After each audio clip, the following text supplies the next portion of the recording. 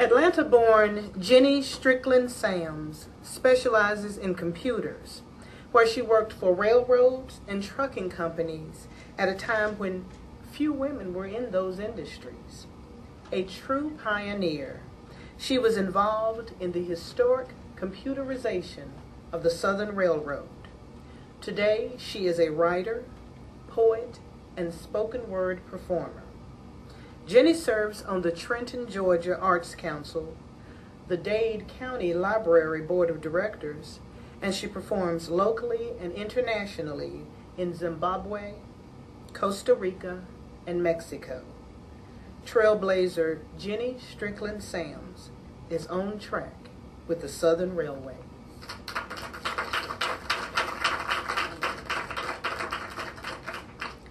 Thank you, Maria. And welcome, everybody. Thank you for coming out through the sun-shining, snowstorm, wind that we had tonight. This is the 21st century, but if you don't mind, I'd like to take you on a brief journey back to 1963. That's the year when Southern Railway hired me as their first woman computer programmer. Now, in 1963, most women were not expected to work at all. But for those of us that did want to work, there were a limited number of jobs. The help wanted was separated into help wanted men on the right, help wanted women on the left. And the jobs for women were teachers, waitresses, nurses, stewardesses, and that was about it.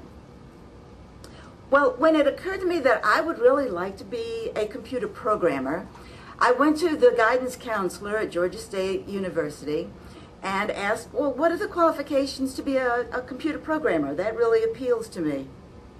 He said, oh, Jenny, I'm so sorry to tell you this, but you do not qualify. I was very naive. I said, well, what are the qualifications?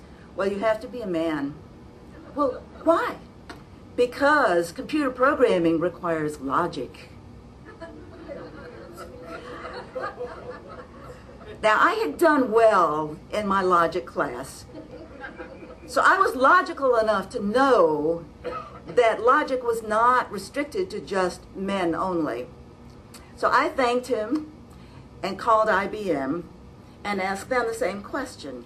They brought me in, and to make a long story short, they gave me a logic test. Apparently I did well on it. They sent the results to Southern Railway, and Southern Railway hired me as their first woman computer programmer.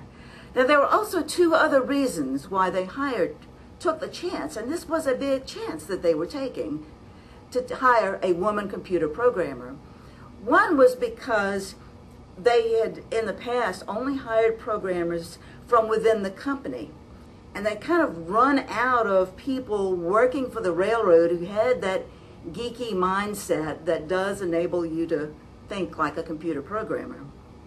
But the more important reason is that they had just hired Jack Jones to head up the data processing department. Jack Jones was in the Navy at the time, about to retire and move into private industry. And in the Navy, he was on the committee working with Commander Grace Hopper, who is the woman who recognized the need to develop a computer programming language that would work with any computer, any operating system, any brand. So he knew for a fact that there was at least one woman on the planet who could think like a computer programmer and had a vision for the future. And who knows, there might be two. Well, I started in 1963. My first assignment was to convert the interfreight accounting system from the old computer, the 1401, to their brand new, sophisticated, state-of-the-art IBM 705. The IBM 705 would have filled half of this room, literally, wall to wall, half the room. It had huge bulbs in it. It used tapes and cards. And the day that I showed up at work, the computer was down because a mosquito had crawled into the inner workings and caused a short circuit. So when you hear people talk about a computer bug, well, in 1963, those were actual insects. Now, in spite of the fact that this was a huge state-of-the-art computer, it didn't come anywhere near the capability that you have on the cell phone that's in your pocket. Seriously. But the first 6 months I spent converting this interfreight accounting program from the 1401 to this new language. Now, colleges at the time didn't teach computer programming because, again, the very few companies had computers. Most computers on the planet in 1963 were in use for the military or government science agencies or a few colleges. And the professors at those colleges thought, well, this is a certain mindset that some people can think about being programmers and others cannot. How can you teach that? Well, six months later, I'd figured it all out. I'd converted the interfreight accounting system to the new accounting system. My boss took me aside. He promoted me, and he also informed me that I had been an experiment, that they had taken a really big chance on me as the first woman programmer. Not only that, one without railroad experience, but as a result of my success, all of a sudden there was an influx of lots of college graduates, men and women both, coming to work for the railroad as programmers.